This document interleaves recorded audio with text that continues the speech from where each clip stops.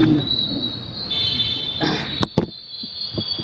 વ્યક્તિ એ પોતે ગામનો રહેવાસી અને એની ગાયો સાંજે ઘરે ના આવી એટલે સાંજના સૂર્યાસ્ત વેળાએ આછા અજવાળાએ એ ગામના પહાડ ઉપર ચડી ગયો. એ પહાડ પર ચડી ગયો. ચાર જણા તો પૂછ્યું શું કરે છે, કેમ છે, તો કે મારે કામ છે, પહાડ ઉપર જવું છે.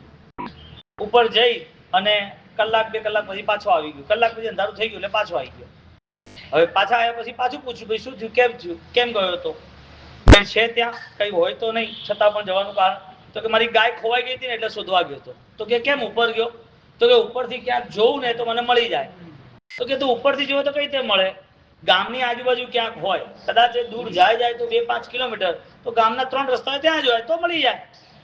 શિખર પર ચડવું અને એમાં રિઝલ્ટ ન મળવું, એનું નામ ક્રિયાની વંચકતા. શાસ્ત્ર ભગવંતોએ આત્મવંચકતા, ક્રિયાવંચકતા આવા બે શબ્દ મૂક્યા છે. આત્મવંચકતા આત્માને છેતરવાની ઈચ્છા, ક્રિયાવંચકતા ક્રિયા જે થઈ રહી છે એમાં આપણે છેતરાઈ જઈએ છીએ. એટલે અભિધાન રાજેન્દ્ર કોષના 7મા ભાગને અંતર્ગત સમ્યક્ત્વ પદથી, સંમત પદથી 4 વસ્તુ આપણે વિચારી. દ્રવ્ય સમ્યક દર્શન વ્યવહારિક, એનું એ જ પાછું અખંડ ક્રિયાવાળું દ્રવ્ય સમ્યક દર્શન. ત્રીજા નંબરનું નિશ્ચયનું સમ્યક દર્શન, જે ક્વોલિટી મેન્ટેન કરવાની વાત આવે. અને ચોથા નંબરના સમ્યક દર્શનમાં તો એ સમ્યક દર્શનનો સ્વામી એ જગતનો સ્વામી બને. સમ્યક દર્શનની અખંડ આરાધના એ એની પોતાની સમ્યક સ્વામી સાથે એને જગત પૂજ્ય બનાવતા વાર નથી થતું. એટલે જગતના સર્વ જીવો માટે 84 લાખ ગતિની અંદર જેટલા જીવો છે એ બધા માટે કોમન છે. જીવ છે એટલે એનું સ્વરૂપ છે, અજીવ હોય એનું સ્વરૂપ ના હોય. અજીવ હોય એટલે એની ઓળખ કરવી હોય તો જડ છે.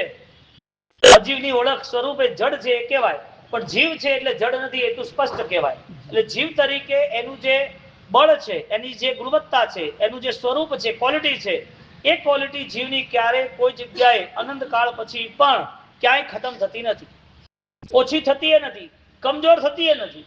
આ બધું અનંત કાળ સુધી મોક્ષમાં ગયા પછી પણ આ જ રહેવાનું છે. અહીંયા જે જીવ છે એનું પણ મોક્ષમાં જે રહેવાનું છે એ બી અત્યારે એ જ રહેવાનું છે. આમાં કોઈ ફરક નથી. ત્રીજા સમ્યક દર્શનની ભૂમિકામાં નિશ્ચયના સમ્યક દર્શન તરીકે પ્રારંભની સ્થિતિમાં એને મોક્ષનો અનુભવ થાય છે. એને મુક્તિ શું હોય એ મુક્તિના ભેટણા જે આપણે ગાયા અને સાંભળ્યા છે એ હવે એ મુક્તિના અનુભવમાં એ આગળ વધે છે. એટલે અનુભવ સહજ બની જાય ને પછી એનું મન એટલા પુરુષાર્થમાં જતું નથી. જે વસ્તુ એના માટે સહજ બની જાય છે ત્યારે એને એ કઠિનતાનો સામનો કરવો પડતો નથી. એટલી બધી મહેનત નથી કરવી પડતી.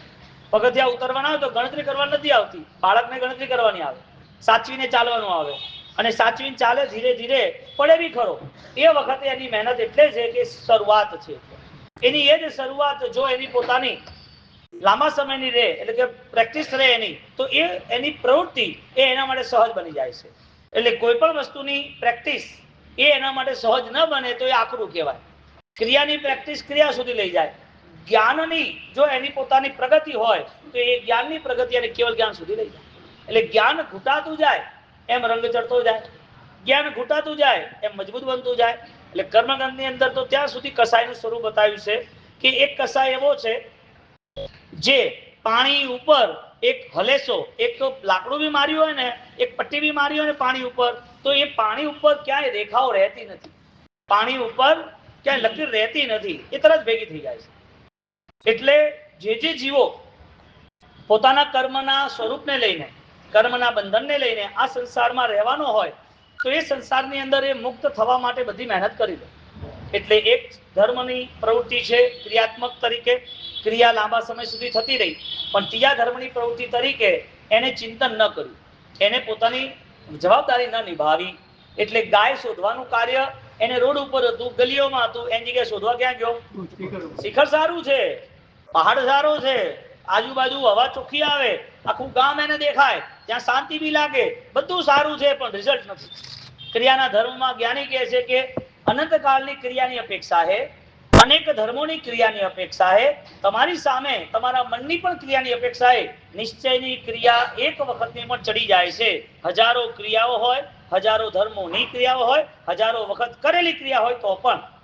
એટલે ક્રિયાનો જે ધર્મ હતો એ ક્રિયાના ધર્મ રૂપે બધું સારું હોવા છતાં પણ એને પરિણામ ન મળ્યું, રિઝલ્ટ ન મળે, તો એ ક્રિયાના ધર્મ તરીકે એની મહેનત નિષ્ફળ જાય છે. એટલે જ્યાં જ્યાં એને પોતાને ક્રિયા કરવાનો ભાવ આવે એટલે એને ત્રીજા સમ્યક દર્શન તરીકે નિશ્ચયને આગળ રાખવું પડે. જો નિશ્ચયને આગળ ન રાખે તો એની ક્રિયાઓ જેટલી વાર થઈ હતી એમાં એક વધારો, એમાં નવું કઈ નહીં, એમાં એક વધારો, નવું કઈ જ નહીં. એટલે અહીંયા મહત્વનો મુદ્દો આપણે સમજીએ કે જે વસ્તુની પ્રેક્ટિસ થતી જાય, નાના છોકરાને ભણવાનું શીખ્યું હોય તો અક્ષર થોડાક ટાઈમ માટે બરોબર ના આવે, પછી તો અક્ષર બરોબર ના આવે, પછી તો આવે જ ને ભાઈ. હા, એક ધંધો ના ફાવે, બે ના ફાવે, ત્રણ ના ફાવે, હવે 50 વર્ષ સુધી આ થોડી કરવાનું. એકાદ વર્ષ માટે એને ધંધો બદલ્યો, એને બીજા 2 વર્ષે સિટી બદલ્યું, કદાચ એને એક ધંધો બીજા ત્રીજા વ્યક્તિ જોડે કર્યો, પણ આવી બધી વસ્તુ વર્ષો ચાલે છે. માણસ સ્થિર તો થાય છે કે નથી થતો? ક્રિયાના ધર્મ તરીકે એ પોતે જ્યારે ક્રિયા કરતા કરતા એને પોતાને ક્રિયાનું જ્ઞાન મળે એટલે એની મહેનત શરૂ કરે. આ મહેનતનું નામ ત્રીજા સમ્યક દર્શનની ભૂમિકા. જો મહેનત શરૂ ન કરે તો બધી ક્રિયાઓ પહેલા અને બીજા નંબરમાં આવે, જે મિથ્યાત્વ અવસ્થામાં પણ થાય, ભારે કર્મીને પણ થાય, પુણ્ય માટે પણ થાય, કર્મ બદલવા માટે પણ થાય, લોકો સારા ગણે એના માટે પણ થાય, ધર્મ છે એવો ભ્રમ રહે એટલા માટે પણ થાય. આ બધા 10 દિવસના આપણા પુનરાવર્તન કે આ વસ્તુને લઈને આપણે ટોપિક કર્યો હતો. ત્રીજા સમ્યક દર્શનમાં આગળ વધવું છે. ત્રીજા સમ્યક દર્શનમાં આપણે આગળ વધવું છે અને એ ત્રીજા સમ્યક દર્શનમાં એ જીવ પોતે પહેલા ક્રિયાના ધર્મને વિચારી અને ક્રિયાના ધર્મને બદલવાનો પ્રયત્ન ન કરે, પોતે બદલાવાનો પ્રયત્ન કરે. ક્રિયાત્મક ધર્મને બદલવાનો પ્રયત્ન ન કરે, પોતાને બદલવાનો પ્રયત્ન કરે. એટલે પ્રયત્ન જ્યારે શરૂ થાય છે ત્યારે એ પ્રયત્નમાં કોઈની જરૂર પડતી નથી. જ્ઞાન અનંત છે અને અનંત જ્ઞાનનું સ્વરૂપ એવું છે કે તમે કોઈનો આધાર નહીં લઈ શકો. વ્યવહારિક જ્ઞાનનો પણ આધાર છૂટી જાય છે. વિચારોનું સ્તર ઘટવા માટે, કસાયોનું બળ વધવા માટે, આપણી યાદ શક્તિ ઓછી થવા માંડે, રુચિ આપણી પોતાની બી ઓછી થઈ જાય. આવા બધા કારણોસર વ્યવહારના જ્ઞાનમાં પણ કમી આવે છે, ઓછાપ આવે છે, ઘટે છે. પરંતુ અનંત જ્ઞાન ક્યારે ઘટતું નથી. નામ જ અનંત આપ્યું છે, જેનો અંત નથી. હવે જેનો અંત નથી એવું જે જ્ઞાન હોય એ જ્ઞાન ક્યારે પણ ઓછું ન થતું હોય, તો જેને એ જ્ઞાનમાં આગળ વધવું હોય એને કોઈની જરૂર પડે. જો આત્માના સ્વરૂપમાં, આત્મા અને આત્માના ગુણમાં અનંત જ્ઞાનની શક્તિ છપાયેલી હોય તો એક સમય એવો આવે કે એ પોતે એના જ્ઞાનમાં એટલો ગડાડૂબ હોય, એને અનુષ્ઠાનોની લગાતાર પ્રવૃત્તિ એને વધારે સ્થિર કરતી જાય. એટલે ઘણીવાર 2 વ્યક્તિઓ છે ને ધ્યાન કરતા કરતા વધારે સમય કાઢે, જાપ કરતા કરતા, માળા ગણતા ગણતા 2 વ્યક્તિઓ વધારે સમય એમાં કાઢે. એક વ્યક્તિ ખૂબ જાગૃત થઈ એ એમાં ઓળઘોળ થઈ જાય, એકમેક થઈ જાય અને ધ્યાન કરતા કરતા સમય ક્યાં જતો રહે ખબર ના પડે. માળા ગણતા ગણતા સમય ક્યાં જતો રહે ખબર ના પડે. માળાને એવા ભાવથી ગણે એ માળામાં એને પોતાને સાક્ષાત અરિહંત પરમાત્માના ઘાતી સ્વરૂપ ક્ષયોક્ષમ થયા પછી, ઘાતી કર્મનો ક્ષય થયા પછી એ પરમાત્મા તીર્થંકર પદ એને અષ્ટ પ્રાતિહાર્ય સમોસરણ દેખાય અને એમાં એટલો આનંદ આવે, એટલો જોડાઈ જાય, સમયની ખબર જ ના પડે. આમ ધ્યાન ના કરે તો સામાયિક ક્યારે આવ્યો એ વિચાર્યા કરે. આમ ધ્યાન કરે તો એ 48 મિનિટના સામાયિક પછી કલાક થઈ જાય તો પણ એ ધ્યાનમાં મશગુલ હોય. એટલે એક વ્યક્તિ એવો છે જેને ધ્યાનનો આનંદ આવતો જાય અને સમય એનો આગળ વધતો જાય. એટલે એક વ્યક્તિ ધ્યાનના સમયને આગળ લઈ જાય છે, બીજો વ્યક્તિ પણ ધ્યાનના સમયને આગળ લઈ જાય છે. બીજા પ્રકારનું ધ્યાન છે એમાંય આગળ જતો રહે છે, નથી જતો એમ નહીં. એ બીજા પ્રકારના ધ્યાનમાં એને ઝોકા આવવા માંડે. માળા ગણે પણ ઊંઘ આવે જાય, માળા ગણે પણ એને એમ જ થાય કે હા થઈ ગઈ છે. પછી માળા ગણતા ગણતા પડી જાય એટલે એને એમ થાય ફરતી ગણવી પડશે. માળા ગણતા ગણતા એમ થાય કે 11 ગણી કે 12 ગણી, 11 ગણી કે 15 ગણી, ફરતી ગણવી પડશે, ઓછી થશે તો નહીં ચાલે. માળા ગણતા ગણતા એ જાપ કરે પછી આ ભૂલી જાય, ત્યારે જાપ કર્યું પણ મેં માળા બરોબર ગણી નહીં, મને તો બીજા વિચારો આવવા મળ્યા. જાપ કરતા કરતા આ વિચાર મારે ફરતી માળા ગણી છે. આવા બીજા પ્રકારની માળા પણ હવા કલાકની થાય અને એક ધ્યાન કરી અને તીવ્રતાથી ઓળઘોળ થાય તો બી એને કલાક સવા કલાક થાય. 2 પ્રકારના ધ્યાન છે, એક અનંત જ્ઞાન સાથેનું ધ્યાન છે અને એક અનંત જ્ઞાન વગરનું ધ્યાન છે. ત્રીજા સમ્યક દર્શનની ભૂમિકામાં એની જાગૃતિ ક્યારે ઓછી ના થાય, ઉત્સાહ ઉમંગમાં એ આગળ વધતો જ જાય. એની પ્રતિદિનની અનુષ્ઠાનની આરાધના એને નવી તાકાત આપે અને એનો સૌથી મોટો પ્લસ પોઈન્ટ, સૌથી વધારે વિશિષ્ટ જ્ઞાન સંપન્ન કરેલી આરાધનાનું ફળ એને 80, 85, 90 વર્ષે પણ એની સ્મૃતિ એની એક્ટિવ હોય છે. ઘણીવાર 85, 70 આજુબાજુ એ પોતે એની વિસ્મૃતિ ચાલુ થઈ જાય છે. એટલે જેટલી વિસ્મૃતિ નાની ઉંમર હોય કે મોટી ઉંમર હોય, સંચળતાના કારણે છે. નાના ઉંમરના દીકરાઓને યાદ નથી રહેતું, તો યાદ નથી રહેતું એને મિડ બ્રેનના પ્રયોગો કરાવવામાં આવે છે. એને યાદ શક્તિની ધારણા શક્તિ માટે એને કોઈ લક્ષ્ય બાંધવામાં આવે છે કે તો જો તું આર્થિક આત્મા બંધી તું કરીશ ને તને 200 રૂપિયા મળશે. તું જો 5% કરીશ ને તો તને પપ્પા સરસ મજાની છે ને ગાડી લઈને આપશે રિમોટ વાળી. તું 5% કરીશ ને તો તને ભગવાનની પેટી સરસ મળશે. હવે એકાગ્રતા માટે અમુક વસ્તુના આલંબનો લેવા પડ્યા એકાગ્રતા માટે. એવી રીતે એ એકાગ્રતાના આલંબનો લઈ અને કોકને એકાગ્રતાનું આલંબન એવું મળે તો સંપૂર્ણ કર્મનો ક્ષય થઈ જશે, મારા આત્માની સામર્થ્યતા વધી જશે, મારા પૂર્વના કર્મ હવે મારે ભગવાન નહીં રહે. એની જાગૃતિ એટલે વધે છે કે એની સામે કર્મના ફળ સ્વરૂપે બધું દેખાય છે. એટલે હવે એ જે ધ્યાન કરશે એ ત્રીજા નંબરનું ધ્યાન પ્રારંભ થશે. એટલે ત્રીજા નંબરના સમ્યક દર્શનના જ્ઞાનપૂર્વકનું ધ્યાન શરૂ થશે. હવે એવા કેટલાય દ્રષ્ટાંતો શાસ્ત્રકારો આપણને બતાવે છે કે જે લોકો પોતાની મહેનત કર્યા પછી પણ મહેનતના ફળ જેને ન મળતા હોય એના માટે જ્ઞાન જ ઉપકારી છે, જ્ઞાન જ એને વાળી શકે છે, બીજું કોઈ વાળનાર નથી. કયું જ્ઞાન વાળે? જવાબ આવે છે કે જે નષ્ટ થઈ જાય એવું જ્ઞાન એના માટે લાંબા સમય સુધી સાથ આપતું નથી. જે લાંબા સમય સુધી જ્ઞાન સાથ આપે એ જ્ઞાન એનું પોતાનું સમજવાનું. હવે આપણે વર્ષોથી જ્ઞાનથી જોડાયા છીએ તો જવાબ હા. જ્ઞાન માટે આપણે મહેનત કરી છે, પ્રવચનો આયા છે, મહેનત તો કરી છે ને, પુસ્તક તો વાંચ્યા છે ને, ઓપન બુક એક્ઝામો તો આપી જ છે ને, પ્રવચનો સાથે અનુષ્ઠાન કોઈ હોય તો અનુષ્ઠાનમાં એન્કરિંગ કંઈક બોલ્યા જ છે, બધું જોયું છે, બધું જ જોયું ને બધું સાંભળ્યું છે. આ શું હતું? આ પૈસા આપલે કરી કે જ્ઞાન આપલે કર્યું? પૈસા આપ્યા હોય તો એ તો પાસે રહે છે, એ તો ખબર છે. કોઈને આપણે 5 લાખ આલ્યા હોય તો 5 લાખ આપણે માંગી લઈએ કે ભાઈ તે મહિનો કીધો તો આજે મહિનો પૂરો થવા આવ્યો છે, 29 દિવસ થયા છે, તને યાદ છે ને? તો કે મને યાદ છે. આપણે 5 આપ્યા હોય એટલે એનો લેનદેન કરીએ, એ 5 આપણી જોડે આવી જાય એટલે એ 5 આપણા, એ ક્યાંય ખસે નહીં. એ આપણી સ્મૃતિમાં છે, એ આપણી પાસે પણ છે. જેણે પોતે જ્ઞાનનો વ્યવહાર, જ્ઞાનની આપલે કરી હોય એ જ્ઞાનની આપલે એ ઓછી કેમ થઈ જાય, ઘટી કેમ જાય? કારણ કે જે વસ્તુમાં એને પોતાને આકર્ષણ ને રુચિ છે ને એ જ વસ્તુ માટે મહેનત કરે. જ્ઞાનનો પુરુષાર્થ કહું છું, ક્રિયાનો પુરુષાર્થ નથી કહેતો. ક્રિયાનો પુરુષાર્થ આવશ્યક છે પણ સમ્યક દર્શન સાથે. એટલે જ્યારે જ્યારે પણ જે વસ્તુની આપલે લઈ થઈને એ યાદ રહ્યું, જે વસ્તુની આપણે આપલે થઈ છે, આપણે એકબીજાને આદાન પ્રદાન કર્યું છે, એ આપણા માટે યાદગીરી રહ્યું છે, કારણ કે ત્યાં આપણો સ્વાર્થ હતો. અને જ્યારે પરમાત્માની વાણી સાંભળવાની આવે તો માત્ર આપણને કાન સુધી રે, આપણને હૃદય સુધી પહોંચાડી હોય તો આપણી પાસે કોઈ સહારો, કોઈ આધાર, કોઈ નિમિત્ત એવું નથી કે આ સીધું કાનમાંથી હૃદયમાં જતું.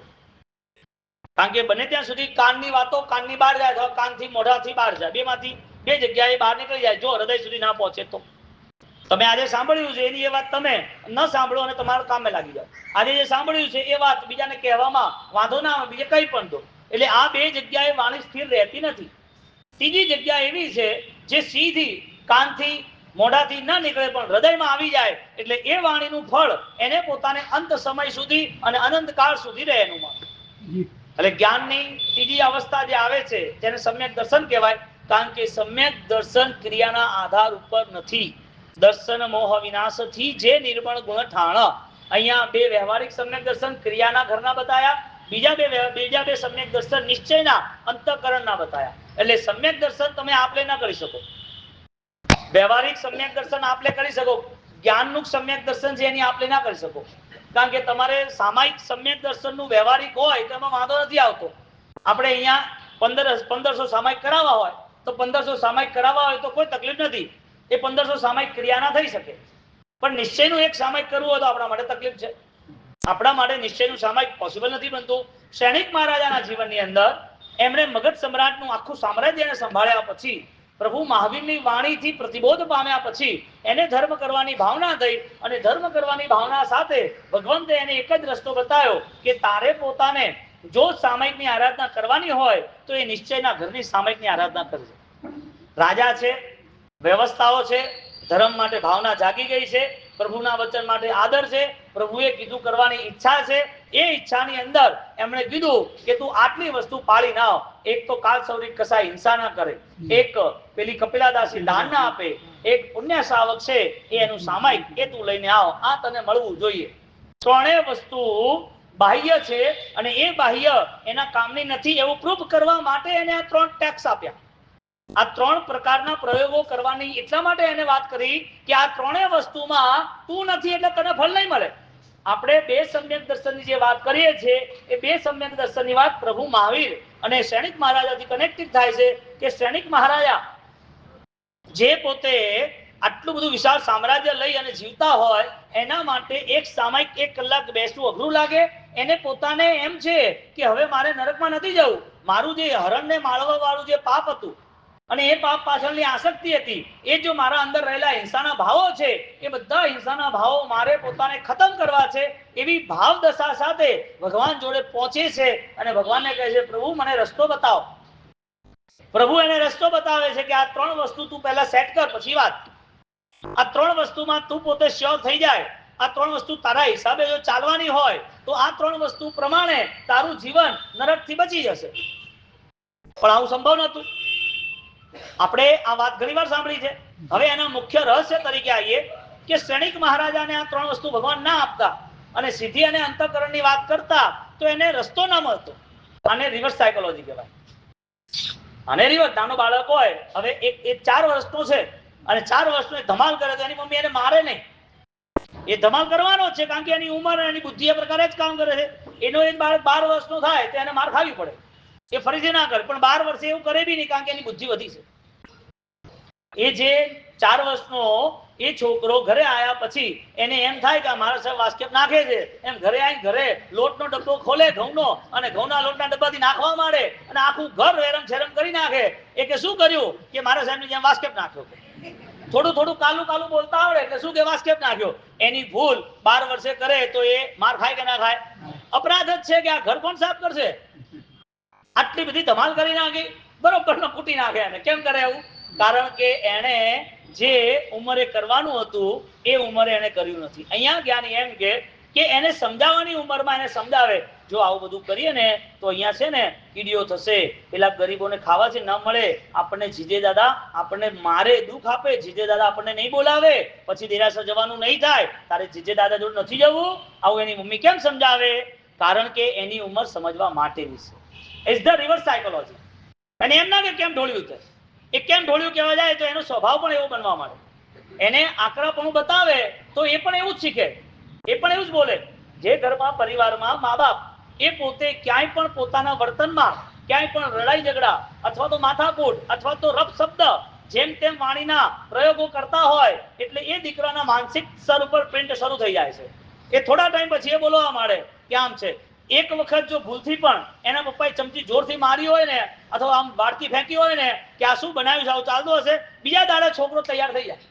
બીજા દિવસે છોકરો થાળી અને વાડકીઓ ફેંકવા માંડે. એ કે કેમ? તો કે પપ્પાએ કર્યું ને એટલે. એને કઈ ખબર નથી.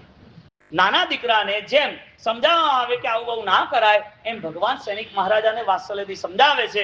જાદુ 3 જગ્યાએ જઈને આવ. પહેલા તારી નરકના જે પરિણામ હતા, જે હિંસાઓમાં તું ગડાડૂબ હતો, એ હિંસાઓના પરિણામ સ્વરૂપે, ફળ સ્વરૂપે તારે નરકમાં નથી જવું ને તો પહેલા તું નક્કી કર કે તને પોતાને વધારે સહાયક શું બનશે? તારો આત્માનો પરિણામ બનશે કે આ બધી ક્રિયાઓ બનશે? એટલે તરત એ કે સાહેબ આ 3 કરી દઉં, હું તો રાજા છું, મારું કોણ ના માને? જે જગ્યાએ જે પદ ઉપર જે બળ લઈને બેઠો છે હજી સુધી એનો ટેસ્ટ નથી થયો કે આ બળ મારા માટે નકામું સાબિત થશે. રાજા છું એટલે બધું થઈ જાય એમ સમજે છે. હું ઓર્ડર કરું અને ના થાય એવું બનતું હશે એને ભયંકર સજા કરું. આવા બધા અહંકારને નશામાં રહેતા હતા અને આવી દશા સાથે એ ત્યાં જાય છે અને બધાને 1 બાય 1 કવર કરે છે. અને કવર કરે છે એટલે છેલ્લે આવે છે આની જોડે. એ કે ભાઈ તું મને સામાયિક આપી દે. એ કે સામાયિક તો કઈ રીતે હલાય? પુણ્ય સાવક કે. એ કે ના તું સામાયિક આપ. ધોતી ચરડા કટાશનું મોમબત્તી આલું, સાપડો ચોપડી આલું, ભગવાન આલું. સામાયિક તમારી પાસે બેસી જવું તોય ના આલું. સામાયિક ના આપી શકું ને. એ કહે છે કે ના તું મને આપ. તો છે સારું, લઈ જા ભાઈ. રાજા છે તો હવે કઈ કહેવાય તો નહીં, લઈ જા તું બળવાન છે. રાજા તરીકે એને સામાયિકના કપડા અને સામાયિકનું બધું આપી દીધું. કપિલા દાસી કે વોરાવ દો, હા તો કે વોરાઈ દો, તમે કહો છો મને શું વાંધો આવે, તમે ઓર્ડર કર્યો તો હું તો કરી દઈશ. એને વોરાઈ દીધું. કાલ સૌરી કે તાર પાડાની હિંસા વધ નથી કરવાના. એ કે મારો તો ધંધો છે, હું તો કરીશ જ, તું શેનો કરે, મારું માનતો નથી, કુવામાં ઉતાર્યો, જા હવે તું ક્યાંથી લાવીશ બતાવ. ભગવાન જોડે જાય છે, ભગવાન મેં આપે કીધેલું બધું થઈ ગયું. ભગવાન કે નથી થયું. તો કે બધું મારા હાથે મેં કર્યું છે, એ તો ફોટોગ્રાફી નથી એટલે મારા હાથે બધું કર્યું છે ઓલરેડી, બધા સાથે જ હતા. તો કે કઈ વાંધો નહીં, ફરીથી પૂછીને આવો. કે એટલે પેલાને પૂછવા જાય છે કે ભાઈ તે કોઈને માર્યા નથી ને, કોઈનો વધ કર્યો નથી ને? તો કે મારે કામ શું, મારો સ્વભાવ જ એ છે. કુવામાં ઉતાર્યા પછી મને એમ લાગ્યું મારે કરવું શું, તો કુવાની અંદર જે સૂકી માટી હતી, પાણી નથી, પણ એની અંદર સૂકો કાદો કીચડો પડ્યો હોય છેલ્લો, અને એક કાદો કીચડની સૂકી માટીઓ, અને એ સૂકી માટી લઈ અને દોરું, અને પછી એક ગળા ઉપર લીટી દોરું, પાછો પાડો દોરું, પાછો લીટી દોરું, એમ કરી આખો દાડો મેં આ જ કામ કર્યું છે. 500 ની સંખ્યા પૂરી થઈ પછી બેસી ગયો. એક પણ ટીપું લોહી નથી ત્યાં, એક પણ જાનવર નથી ત્યાં, છતાં પણ એની હિંસા ગણી છે ભગવાને. કપિલા દાસીએ વહોરાયું છે, છતાં પણ એનું વહોર્યું ગણ્યું નથી.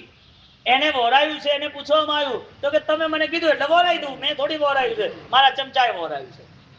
એક વ્યવહારિક ક્રિયા થયા પછી પણ ભગવાન એને ડિલીટ કરે છે, ભગવાન એને રિજેક્ટ કરે છે કે આવી ક્રિયાઓમાં એને પોતાને કશું મળવાનું છે નહીં.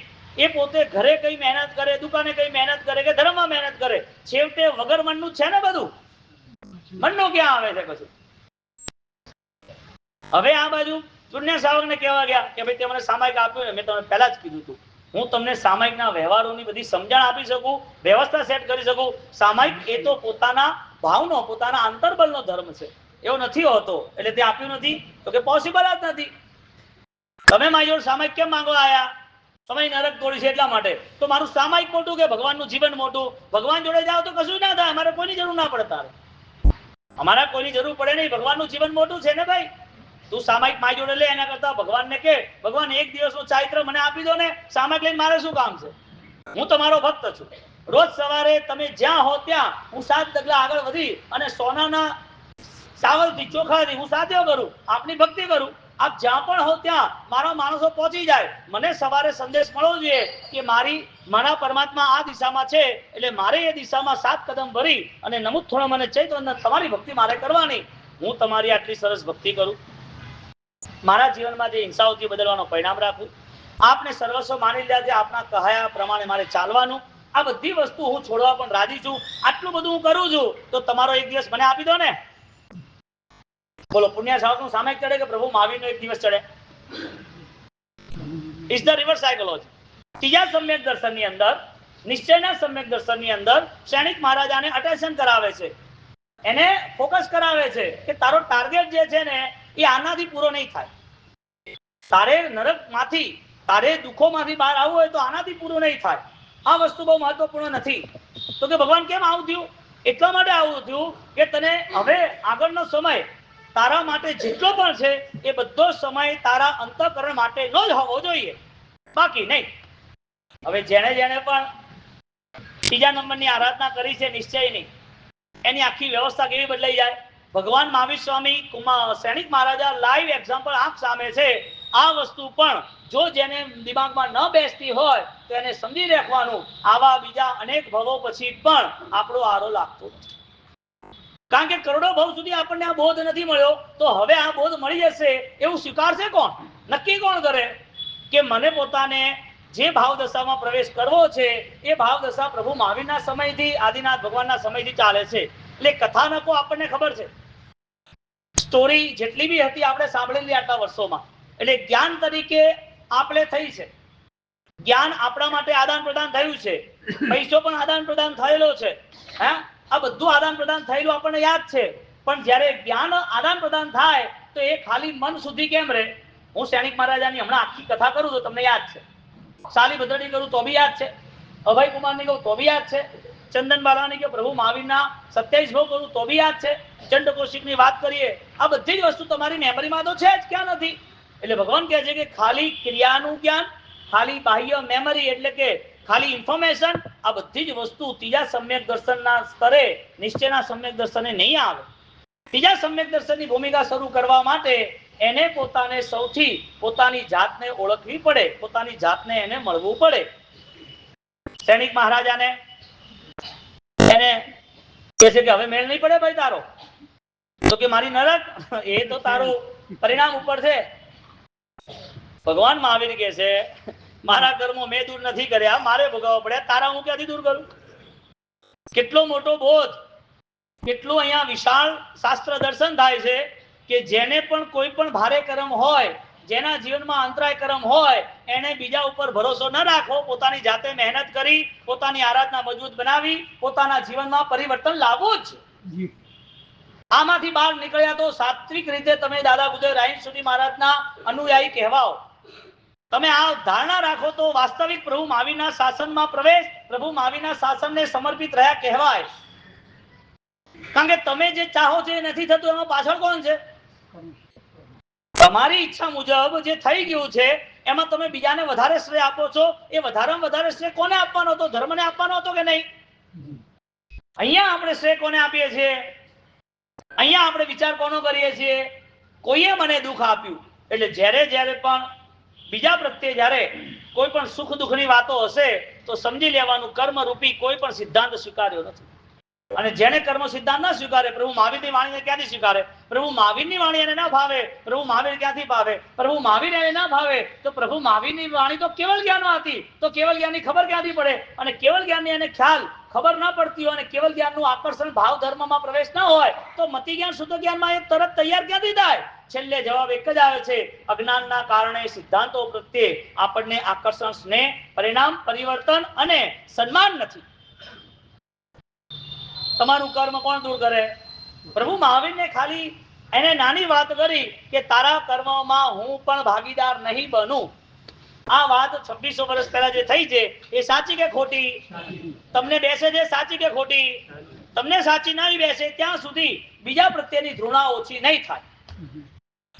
તમારા દિલમાં એ ભાવ નહીં આવે ત્યાં સુધી બીજા વ્યક્તિઓ પ્રત્યે નિંદા, ઈર્ષા, ક્રોધ, કપટ એને ખતમ કરવાની સાજિશો ચાલ્યા જ કરશે. કારણ કે દરેકના કર્મ અને દરેકના ભવિષ્ય એ બધા પૂર્વના લેખાજોખા છે. તમે કોઈને દુઃખી ન કરી શકો, કોઈના સુખ તમે બદલી ન શકો. તમારી જે સ્થિતિ છે એને બદલવા માટે માત્ર ને માત્ર અરિહંતનું શરણ, કારણ એમણે અનંત કર્મનો ક્ષય કર્યો છે. બીજી જગ્યાએ તમે જાઓ તો ત્યાં કર્મક્ષય નહીં દેખાય. બીજી જગ્યાએ તમે પહોંચી બી જાઓ તો ભારે કર્મી હશે ને એની જોડે રહો તો ફરક શું પડ્યો? કારણ શું? કેવું પરંપરા બતાવી છે કે ઉજ્જવલ વેશ પહેરવાનો, ઉજ્જવલ જીવન જીવવા માટે. સામાયિકના કપડાને સફેદ કેમ રાખ્યા? આડાવડા બીજા કેમ ના બનાયા? સાધુ વેશ તરીકે શ્વેત વસ્ત્ર કેમ રાખ્યું? બીજા વસ્ત્ર કેમ ના રાખ્યા? કે ભાઈ શ્વેત, ઉજ્જવલ, ધવલ એવા શુક્લ ધ્યાન તરીકે આગળ વધવાનું છે. બધી લેશિયાઓ શુક્લ પ્રમાણે એટલે કે શ્વેત ચાલવી જોઈએ.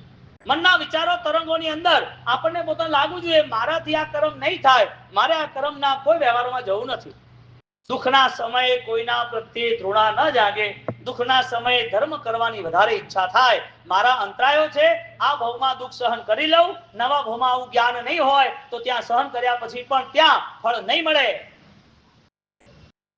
અહીંયા સહન કરવાથી અહીંયા નાહમાં મહામંત્ર, પ્રભુની વાણી, અહીંયા સ્થિરતા મળશે. એક ભાવની અંદર પણ જો દુઃખનો વિરોધ કર્યો તો અનંત ભાવ કર્યા એનું એ જ કરવાનું. એક ભાવની અંદર પણ અનુકૂળતાઓ અને બધી વ્યવસ્થાઓની જોડે જ રહેવાનું હોય તો પછી ત્યાગનો ધર્મ સ્વીકાર્યો ક્યારે? આવ્યો ક્યારે? એટલે કમ્પેરિઝન, કોમ્પિટિશનની વાત પછી આવે છે. હવે ક્વોલિટીની વાત આવે છે, જ્યાં અહીંયા આ બે જણ કમજોર સાબિત થાય.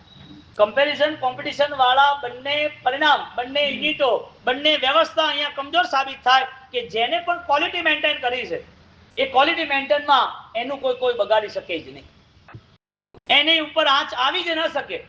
એટલે ક્યાંય પણ અપરાધ બોધ એને આ કર્યું એ આવાજ છે, એનો પણ સમય આવશે. એને ખોટું કર્યું છે મારી જોડે, કુદરત એને જોશે, ભગવાન એને જોશે, ગુરુમાત જોશે, મારી માતા એને જોઈ લેશે, એનું ભલું થવાનું જ નથી. આવું કોણ બોલે? આવું કોણ બોલે?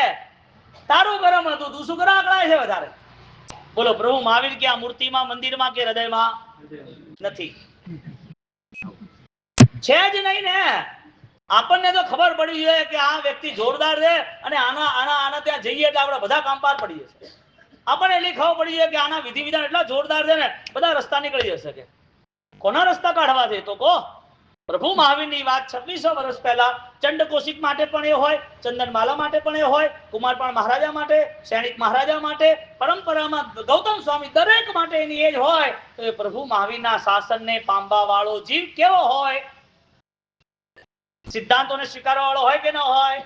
દાદા ગુરુદેવ રાયસુરી મહારાજ જેમણે હજારો વર્ષ પછી ઓમ રીમ સીમ અરહમ નમઃ અર્યંત પદની ઉપાસના, અર્યંતના સ્વરૂપને લોકો સામે જાગૃત કર્યું. જાગૃત દાદા ગુરુદેવ રાયસુરી મહારાજે આ પદની ઉપાસના સાથે આખા જગતને એક મેસેજ આપી દીધો કે અરહમનું જે બળ છે, અરહમની જે સાધના છે, અર્યંત પદની ઉપાસનામાં જેને પ્રવેશ કર્યો છે એ કર્મક્ષય કરવા વાળા હતા. એટલે આપણા કર્મક્ષય અંતરાય તૂટવાના જ છે. એટલું નહીં થાય, આગળ વધીને એ અર્યંતના ધ્યાનનો ઉપકાર, એ અર્યંતે જે આશીર્વાદ આપ્યા છે એ ભાવના કારણે એને હવે ક્યારે છોડશે પણ. શરૂઆતમાં એને એમ થાય મારે ક્યાંય જવું નથી, મારા અર્યંત જોડે જ મારે રહેવું છે, કઈ વાંધો નહીં. પ્રારંભિક સ્થિતિ છે, હજી એટલી સમ્યક દર્શનની શુદ્ધિ સ્થિરતા નથી. પણ જ્યારે અર્યંત પદનું ધ્યાન થતું જાય અને અર્યંત પદ માટે એકાગ્રતા સ્થિરતા આવતી જાય ત્યારે એ મહામંત્રો એના માટે મહા ઉપકારી બની જાય છે. અને એ મહા ઉપકારી જે મંત્રો છે એ બધા મહા ઉપકારી મંત્રો એ એના માટે જે રિઝલ્ટ બને ત્યારે એની શ્રદ્ધા એટલી બધી ઓળઘોળ થઈ જાય છે, એને છોડવા રાજી નથી થતું. જ્યાં હજારો પ્રયોગો, હજારો વિધિ વિધાનો પછી પણ એને રસ્તો નથી મળતો, ત્યાં એને રસ્તો મળે છે અરિહંત પરમાત્મા જોડે. એટલે અરિહંત ચમત્કાર છે. અરિહંત તો ચમત્કાર કરે છે. એને જે છોડ્યું છે બધું તમને આપી દે. એમણે જે વર્ષિદાન કર્યું, તમે કહો મારે હોનું જોઈએ, દુકાન જોઈએ, છોકરા લગ્ન સગાઈઓ થવી જોઈએ, આ થવું જોઈએ, મને દુઃખ ના આવવું જોઈએ, મારી બધી વ્યવસ્થા થઈ જોઈએ. એમણે જે છોડ્યું, જે વિતરાગી છે એ વિતરાગી જોડે આપણે માંગીએ છીએ. એવી કેવી બુદ્ધિ? એટલે હોશિયાર માણસ શું કે ભગવાન તો કઈ હાલવા નથી, મોક્ષે જ્યાં છે એટલે આપણે અહીંયા નહીં માંગવાનું, બીજે માંગવાનું. એમ હા, ડબલ પાપ કરે છે. આ તો પાપને ઓર પાવરફુલ બનાવે છે. બુદ્ધિનો દુરુપયોગ આને કહેવાય. તારે માંગવું શું છે? તું જાનવર તો નથી ને, તું ભૂખ્યો રહેતો નથી ને, ફૂટપાથ પર સુએ અને તને આખી રાત મચ્છર કરડતા હોય એવી ભયંકર સ્થિતિ તો નથી ને, તને તું જ્યાં સૂતો હોય, ભયંકર દેવું કર્યું હોય અને કોઈ દુકાનના ઓટલે સૂતો હોય અને રાત્રે પોલીસ કોમ્બિંગ કરતી હોય અને રાત્રે 1 વાગે પોલીસ મારે દંડા ઉઠાવે, જ્યાંથી બીજી દુકાનના પાટીઓ હોય, ત્રીજી દુકાનના, આખી રાત એને 1-1 કલાકે બધી દુકાને ફરવું પડે, ગલીએ ગલીએ, ઊંઘ જ ના આવતી હોય. આવી કોઈ તકલીફ નથી તો ફરિયાદ ક્યાંથી આવે છે? કમજોર મનથી. જે નબળા દુબળા મન છે એની ફરિયાદો ક્યારે ઓછી થાય જ નહીં. તકલીફ ભલે હોય પણ મોઢાથી ફરિયાદો ના નીકળે. મોઢાથી ફરિયાદો ચંચળ મન વાળા નીકળે. એટલે નાના બાળકને સમજાવવું એટલા માટે પડે ને, એ રીતે ભગવાન અહીંયા સૈનિક મહારાજ સમજાવે છે. આપણો નંબર એવી રીતે બાળ માણસમાંથી બહાર આવી જાય એવો પુરુષાર્થ કરો. બાળ માણસમાંથી બાલ માનસ, આપણું બાળ બુદ્ધિ નથી. આપણે વર્ષોથી પ્રવચનો આપણા ભગવંતોના, બીજા ભગવંતોના ચોપડીઓ બધી વાંચી સાંભળી છે. હવે આપણે મહેનત એક જ કરવાની છે, તે આપણા નિશ્ચયના સમ્યક દર્શન રૂપે મારે કોઈ પણ હિસાબે મારા પરિણામને મૂળભૂત બદલી નાખવા છે. મૂળભૂત મારી જેટલી અવસ્થાઓ છે એ બધી અવસ્થાઓમાં હવે મારે નક્કી કરવું છે, આવું બધું મારે નતું કરવાનું, અમે કેમ કર્યું, આ કયા કારણસર થયું. મારા ભગવાનની વાણી એકાંતે સુખકારી છે, એકાંતે હિતકારી છે. નમોસ્તુ વર્ધમાનાય. પરમાત્મા જ્યારે કર્મ સાથે એ પોતે સાધનાઓમાં લાગી જતા હોય કે આ કર્મનું એટલું બળ નથી, મારી સાધના સામે આ જીરો છે. સૈનિક મહારાજાને અટેન્શન આપે છે કે સૈનિક, આ ત્રણેય વસ્તુમાં તારો કોઈ રોલ નથી બનતો, તું લઈને આવે તો પણ તને લાભકારી નથી. તો કે મારે શું કરવાનું? હવે એક જ કામ કરવાનું, તારો દેહ અને તારો આત્મા ભિન્ન છે, આ આત્માને ક્યારે કશું થવાનું નથી, આ આત્મા અનંત શક્તિનો માલિક છે, એ શક્તિઓ પેદા કર. અનંત શક્તિનો ધારક આત્મા છે, એની ઓળખ સ્વરૂપે તને પોતાને હવે ક્યાંય પણ તકલીફોમાં આંચ ના આવે એવા જ્ઞાનથી તું જોડાઈ જા. તારી આનંદ શક્તિઓ છે, એ અનંત શક્તિઓને ધ્યાનમાં રાખી જે કોઈ તકલીફો તારા જીવનમાં તારે લેવી હોય, સકામ નિદ્રા કરવાની આવે, તું કરવા માંડ. કારણ કે આગળ નરકમાં પણ આ આત્મા ત્યાં હશે ત્યારે આનાથી ભયંકર દુઃખો હશે. આ આત્મા જ્યારે જાનવરની દુનિયામાં હશે ત્યારે પણ એટલા જ દુઃખો હશે. આ આત્મા જ્યારે નરક અને નિગોદમાં હશે ત્યારે પણ એટલા જ દુઃખો હશે. આત્માને કશું નથી થવાનું, એટલું તું ધ્યાન રાખજો. આત્માની કઈ માપ હોતું નથી કે આ નાનો છે ને મોટો છે. આત્માનું કોઈ વજન નથી હોતું આ 100 કિલો છે ને 100 ગ્રામ છે. આકાશનું કોઈ, આત્માનું કોઈ અંતર નથી હોતું કે આકાશ જેટલું છે ને આકાશમાં જતો રહેશે. આત્માનો કોઈ કલર નથી હોતો કે આ લાલ કલર છે ને કાલે કાળો કલર છે. આત્માનો કોઈ આકાર નથી હોતો, એ નિરાકાર, નિરંજન, નિર્દોષ, નિર્ભાર, નિર્બંધ આત્મા આવો છે. એટલે તારે હવે જે કરવાનું છે એ તારે પોતાને આ બધી વસ્તુ સામે રાખીને કરવાનું છે. સૈનિક મહારાજાને ડાયરેક્ટ અટેન્શન થયું કે હવે મારા આત્મા વગરનું કંઈ પણ થતું હોય તો મારે કરવું નથી, અને આત્મા માટે જે કંઈ થતું હોય બધું મારે કરવું. સિદ્ધાંત અહીંથી શરૂ થાય. ત્રીજા સમ્યક દર્શનની ભાવના અહીંથી શરૂ થાય. નિશ્ચયનું સમ્યક દર્શન એટલે પહેલું તો નક્કી કરો કે ડુપ્લિકેટ નોટો કેટલા દાડા સુધી રાખવાની. કોઈએ તમને કીધું હોય કે તમારા ઘરે, ગામમાં ઘરે તમારી પાછળ મને અહીંથી સોનું દેખાય છે, તો કે શું વાત છે? કે હા, કે એને તમે ગયા ઘરે, અને ઘરે ગઈ અને તમે ચેક કર્યું અને ખોદ્યું અને તમને મળી ગયું, તમે રાખ્યું. અત્યારે તમારી જોડે તો ઓલરેડી 2-5 કરોડ રૂપિયા છે, કોઈ વાંધો છે નહીં. 5 વર્ષ પછી ઘરે કોઈ પ્રસંગ આવ્યો અને તમને એમ થયું કે સારામાં સારો પ્રસંગ કરીએ, 99 યાત્રા કરાવી છે, સરસ ચોમાસું આરાધનાઓ કરાવી છે, તો વ્યવસ્થિત રીતે આપણે આગળ વધીએ. એટલે તમે એમાંથી 10 કિલો સોનું બહાર કાઢ્યું, 100 કિલો ઉપર છે, એટલે તમને લાગ્યું કે કઈ વાંધો નહીં, ભાવ વધી ગયા એટલે આજે રાજા થઈ ગયા છે. એટલે એ સોનાનો એક ટુકડો, 1 કિલો સોનાનો ટુકડો લઈ ગયા, અને એ સોનાનો ટુકડો લઈ અને તમે એને કીધું ઝવેરીને કે ભાઈ હવે આનું તું મને ઓલરેડી ડિસ્પેચ ચેન્જીસ કરીને આપ મને તું. તો કે કઈ વાંધો નહીં, ચેન્જીસ કરીને આપી દઈએ. ચેન્જીસ કરીને આપ્યા એટલે કે સારું, કઈ વાંધો નહીં. એને કે તારે ભાઈ 1.5 કરોડ રૂપિયા છે સોનાના, હે? તો કે તારે કેટલા જોઈએ છે? કે મારે તો પૂરા જ જોઈએ ને ભાઈ, જેટલા થતા એટલા હાલ. એક કામ કર, 1000 રૂપિયા રાખ. કે તો કે 1000 અને 1.5 કરોડમાં ફરક પડે નથી પડતો? કે સોનાના પિત્તળમાં ફરક પડે નથી પડતો? કે તું પિત્તળ લઈને આવ્યો છે, 5-5 વર્ષ સુધી પિત્તળને હોનું માની ચાલે, અને સપના દેખે કે આ સોનું મને ઓલરેડી સુખી બનાવશે, અને છેલ્લે જ્યારે એને સ્પષ્ટ બોધ થાય ત્યારે એમ થાય કે આ કઈ નતું.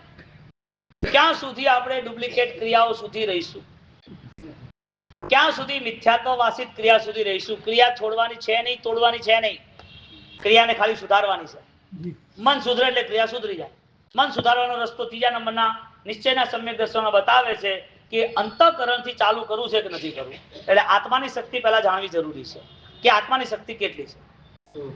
આત્માની શક્તિ અનંત હોય, અને એ આત્માની શક્તિ અનંત હોવા પછી પણ જેને કર્મ ઉપર વિશ્વાસ હોય એને આ દુનિયામાં, આ સંસારમાં જે કંઈ કરવું હોય એને વાંધો નથી આવતો.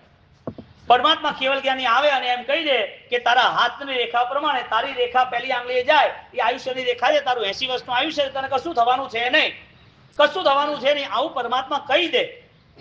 હે? અને એ પરમાત્મા કહેતા જીવ એમ જીવ, કોઈ વાંધો નથી. અને વિશ્વાસ આવે કે ના, પરમાત્મા મારે તો સારું જીવન જીવવું છે. અને એ જીવનની અંદર તમને એમ કે વૈભવવ્રતમાં 36 ઉપવાસ કરવાનું કીધું હતું, અને એ 36 ઉપવાસ ચાલુ થાય, અને એ ચાલુ થાય પછી એને તકલીફ થાય તો ફરિયાદો કરે. કેમ? એને ખબર છે 80 વર્ષ સુધી કઈ થવાનું નથી, તો થશે તો શું થશે? શરીર ઓલરેડી 2-5 કિલો ઓછું થશે. હે? વધારે તો નહીં થાય ને, વધારે 10 કિલો ઓછું થશે. અને એનાથી વધારે તો કઈ ના, હજી વધારે કઈ વિચારે તો કે હાડકા બહાર આવીને નાચવા નહીં માંડે. હાડકાઓ બહાર આવીને નાચે, કે અંદરની નસો બહાર આવી જાય, અથવા અંદરની નસોનું ગૂંચવાડું થઈ જાય, અથવા હાથ અહીંનું અને અહીં જતું રહે, હાથ ઉપર નીચે પગ થાય, આવું કઈ થવાનું કોઈને થયું નથી. એટલે કેવલ જ્ઞાનીના વચનો એ હતા કે આયુષ્ય કર્મ છે ત્યાં સુધી આરાધના કરી લેવી જોઈએ. અત્યારે કેવલ જ્ઞાની નથી, પણ આપણે દ્રષ્ટાંત લીધું કે કેવલ જ્ઞાની આવું કે તો તમને ગમે ને. કેવલ જ્ઞાનીની વાણી હતી કે આયુષ્ય કર્મ હોય ત્યાં સુધી રહેવાનું છે. સાધક વ્યક્તિ એમ વિચારે કે આયુષ્ય જ્યારે પૂરું થવાનું જ છે ત્યારે કોઈના હાથમાં કઈ નથી, એની પહેલા બેખોફ મજબૂતાઈથી, વગર ભય, નિર્ભયતાથી જીવી લઈએ, એટલે આયુષ્ય કર્મ પૂરું ન થાય. એને કદાચ થોડું આઘું પાછું, ઓછું વધતું, કર્મના ઉદય સુખ દુઃખ આવજા કર્યા કરે, પણ મોત તો આવે નહીં. અને ધર્મની મોત આવે તો પણ એનું કલ્યાણ થાય. અંતિમ શ્વાસે એને ધર્મ મળે તો એનું કલ્યાણ ના થાય. મારું આયખું ખૂટે જે ઘડીએ, ત્યારે મારા હૃદયમાં પધારજો. છે અરજી દાદાને બસ એટલી, મારા મૃત્યુને સ્વામી સુધારજો. જીવનનો ના કોઈ ભરોસો, દોડા દોડીના આ યુગમાં.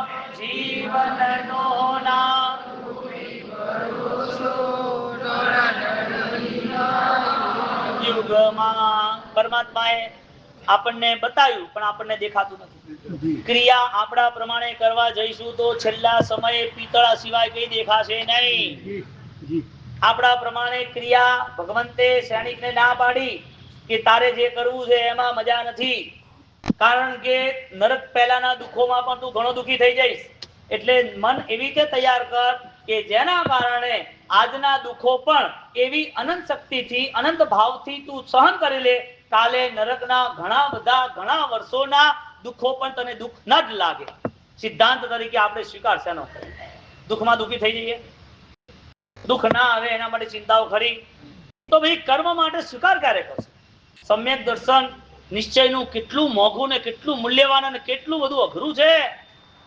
જે આજે આપણું મન તપાસીએ ને અને આપણે એ ધ્યાન કરીએ ને કે દુઃખ વખતે મારે શું વિચારવું, દુઃખ ના આવે એટલે શું વિચારવું, દુઃખ આવી ગયું છે જાય ન જાય એના માટે શું વિચારવું, આટલો વિચાર આવે એટલે આપણને આપણી જાત ખબર પડે, આપણા ધર્મના બધા એક સાથે મૂલ્ય ખબર પડે કે આટલા વર્ષો સુધી જે કંઈ થયું વગર જ્ઞાને વગર સમ્યક દર્શને થયું.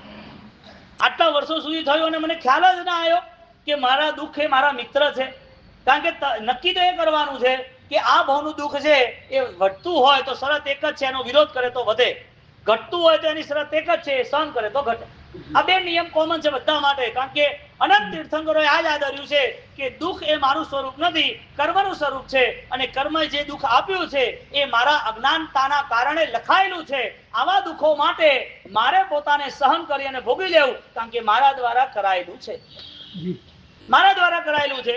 હું નાના એક્ઝામ્પલ એટલે નથી આપતો કે કારણ કે આપણે અધ્યાત્મની વાતો વધારે સ્થિર થાય, અને આનંદની વાત એ છે કે આપણે આ બધી વાતો અત્યારે જાગૃતતાથી બેસે છે.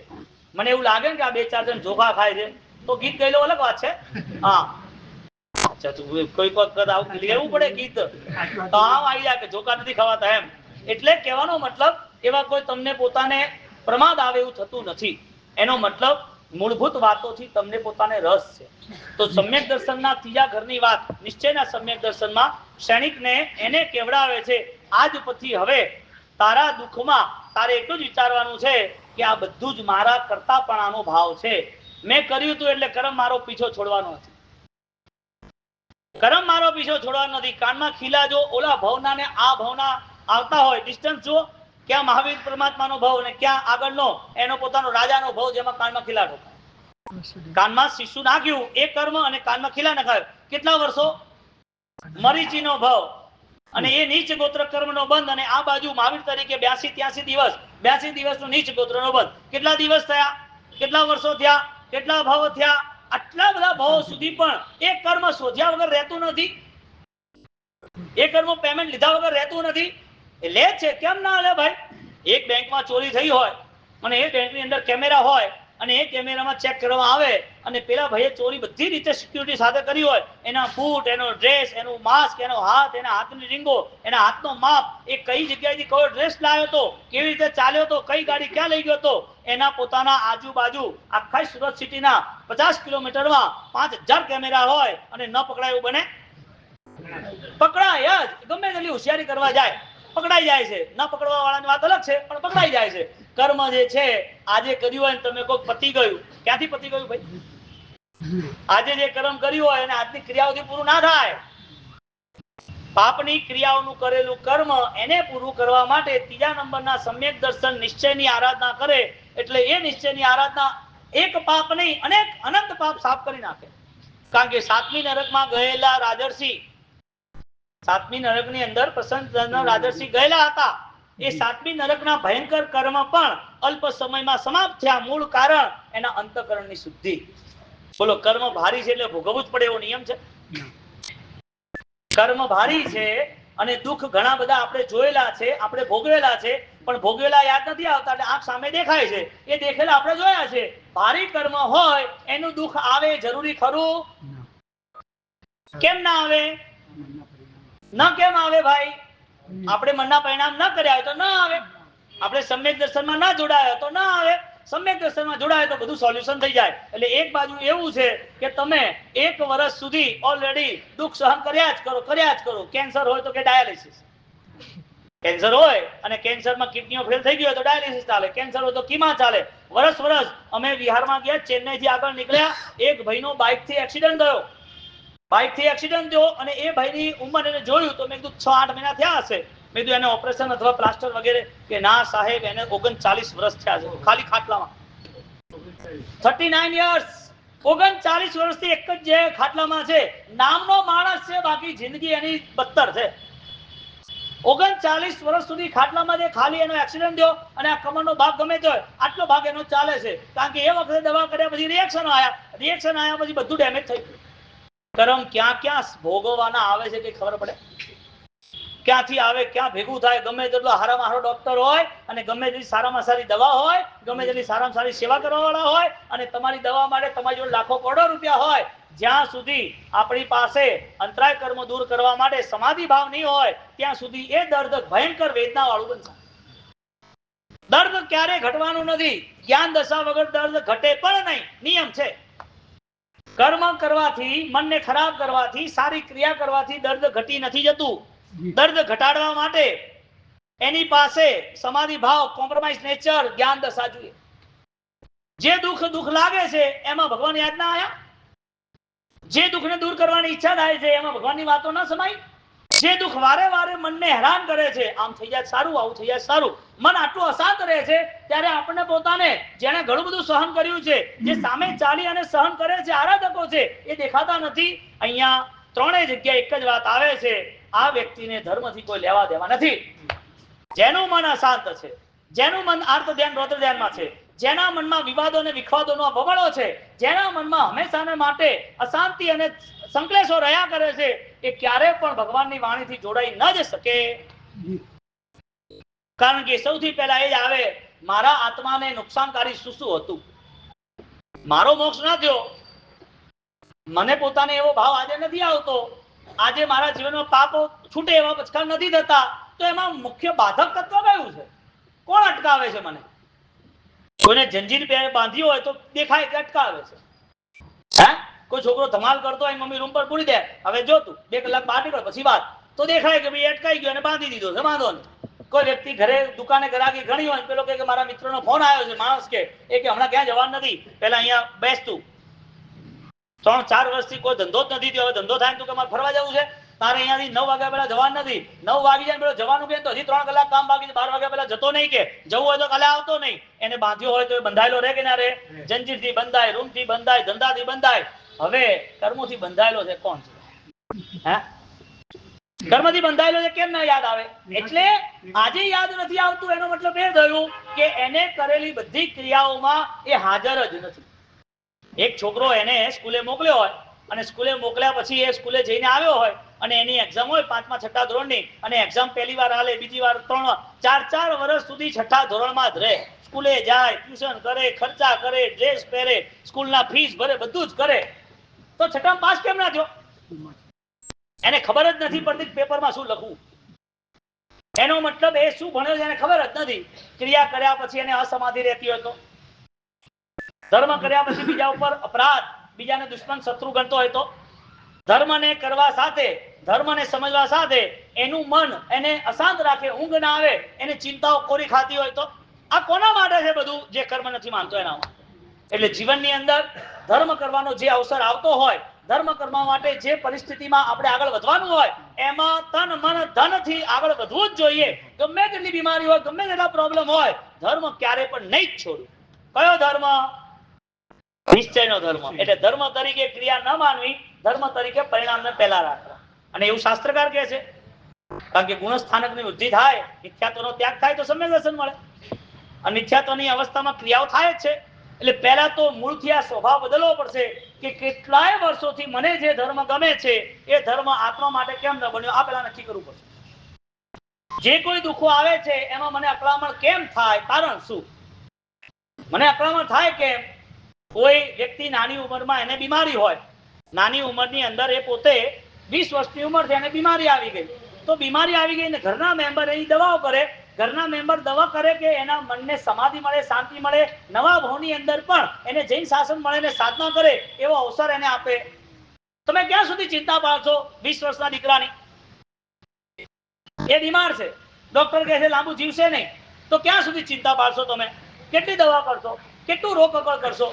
એના માટે કેટલું તમે પોતે ખાશો નહીં, ઊંઘશો નહીં? એના કરતા એને ધર્મના એવા 2 વચન આપો, રેગ્યુલર અડધો કલાક એને જ્ઞાન દશામાં લઈ જાઓ, એને પોતાને છેલ્લા સમયે એને પોતાને સમાધિ રહે, તમને બી આનંદ આવે કે એક જીવ જૈન શાસનમાં આવ્યો અને જૈન શાસન એને ફળી ગયું. મૃત્યુ તો 80-90 થાય કે 20 થાય, દેહ તો છૂટવાનો છે, નવાઈ છે નહીં મારી આમાં. કોનો દેહ રહ્યો છે અહીંયા? અંબાણીનો રહ્યો છે? કોઈનો અહીંયા દેહ રહેવાનો છે? ભગવાનનો નથી રહ્યો, ગુરુ મહારાજનો નથી રહ્યો. દેહનો સ્વભાવ છે, અનિત્ય છે, એની કોઈ વેલ્યુ નથી. પણ એ અનિત્યને જો સાધક તરીકે, સાધના તરીકે સાથે લઈ લે તો એની વેલ્યુ મોટી થઈ જાય છે, એની કિંમત વધી જાય છે. એટલે દેહ તરીકે 24 કલાક આગળ પાછળ મંડાયા રહેવું, પછી એને એમ થાય કે મારથી ઉપવાસ નહીં થાય, મારથી તપસ્યા નહીં થાય, પ્રતિક્રમણ તો ક્યાંથી કેવી રીતે થાય, આરાધના બધું એટલું મન લાગતું નથી. એટલે 24 કલાક એનું મન એ પોતે દુખી રાખી, અંત સમય દુઃખમય વિતાવી, અંતે આર્ત ધ્યાનમાં દુર્ગતિ બાંધી આગળના નવા ભાવમાં દુખી રહેવાનું. કયો હોશિયાર માણસ આવું કરે? અહીંયા બેઠેલા જેટલાય પુણ્યશાળીઓ છે, જે ધર્મ સાંભળે છે, સમજે છે, એવું હું માનું છું. એટલે શરૂઆત કરીએ ત્રીજા નંબરના નિશ્ચયના સમ્યક દર્શનથી. સૌથી પહેલા 10 મિનિટ 15 મિનિટ મારે મારા મનને તપાસવું છે. મને જે વખતે જે પરિણામ આવે છે, જે રિએક્શનો આવે છે, એ રિએક્શનો વખતે મારે જાગૃત બનવું છે. તૈયારી તો કરે કે ઓમ રીમ સિંહ હરમ નમઃની સામર્થ્યતામાં કેટલું છે. દાદા ગુરુદેવ રાયસુરી મહારાજ સાહેબ એ પોતે જ્યારે આટલો 1.25 કરોડનો જાપ 8/28 સાથે પૂર્ણ કરતા હોય અને એના પછીના શાસન પ્રભાવના દરેક કાર્ય જે 1000 વર્ષોમાં કોઈએ નથી કર્યા, એવા કાર્યો ગુરુ મહારાજે એક જ જીવનની અંદર એમણે ઘણા બધા પૂરા કર્યા. ક્યાં 1000 વર્ષનો ટાઈમ પીરિયડ, ક્યાં કરવા વાળી એ બધી સાધક વ્યક્તિઓ, અને ક્યાં એક જ જીવન અને એમાં પણ અઢળક કાર્ય. આવા ગુરુદેવ જ્યારે હજારો વર્ષોના કાર્ય એ પોતે એક વખતમાં પૂરા કરતા હોય તો એનું મૂળભૂત કારણ હતું ઓમ રીમ સિંહ હરમ નમઃની અદ્ભુત આરાધના. અને એ ગુરુ મહારાજનો પ્રભાવ પણ એવો કે જેણે પણ આ જાપની શક્તિને અંતઃકરણથી નિશ્ચયના ભાવથી સ્વીકારી છે એને બળ મળે છે. મુંબઈની અંદર 2007માં અહીંથી ચોમાસું કરી ગયો 8 પછી 2008 પછી મુંબઈના પહેલા ચોમાસામાં ત્યાં 14 ખેતવાડી છે, 14 ખેતવાડી ટોટલ. એમાં બીજી ખેતવાડીમાં થરાદના વાઘજીભાઈ રમણલાલ દેસાઈ કે સંઘવીય કોઈ નામ છે, વાઘજીભાઈ છે, રેગ્યુલર કરે છે પ્રતિક્રમણ. તો એ બીજી ગલીમાં રહે અને ત્યાં બદ્રીનાથ એક આખી સોસાયટી જેવું છે, એટલે બિલ્ડિંગ છે. એ બિલ્ડિંગની અંદર એક ભાઈના ત્યાં તકલીફ થઈ. હું 2007 ની અહીંથી ગયો પછીની વાત છે, પહેલા ચોમાસા 2006, 7 પછીના 8ના.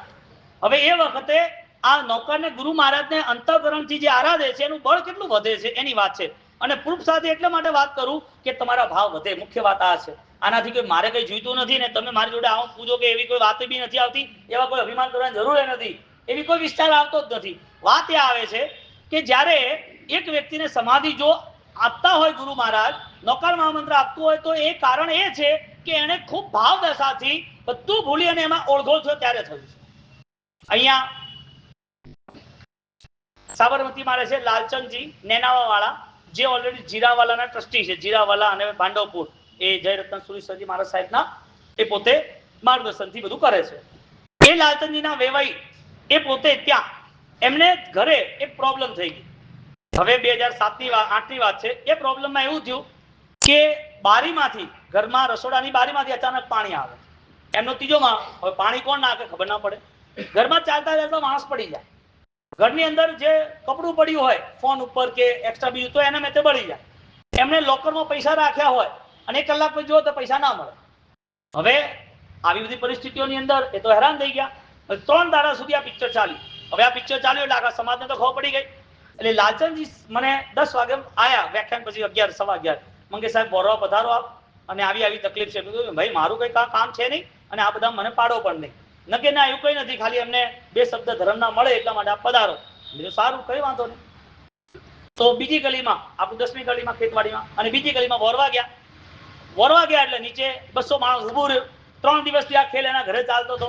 ઘરે ગયા તો રોવા માંડ્યા, બાપજી અમને ઠીક કરી દો, સારું કરી દો ને રસ્તો નીકળી જાય ને. મેં કીધું ભાઈ રસ્તો તો હવે તમારા કોઈ પૂર્વના કર્મ અથવા કોઈ આશાત ના હોય તો એ થઈ હોય તો આમાં રસ્તો તો કોણ કાઢે.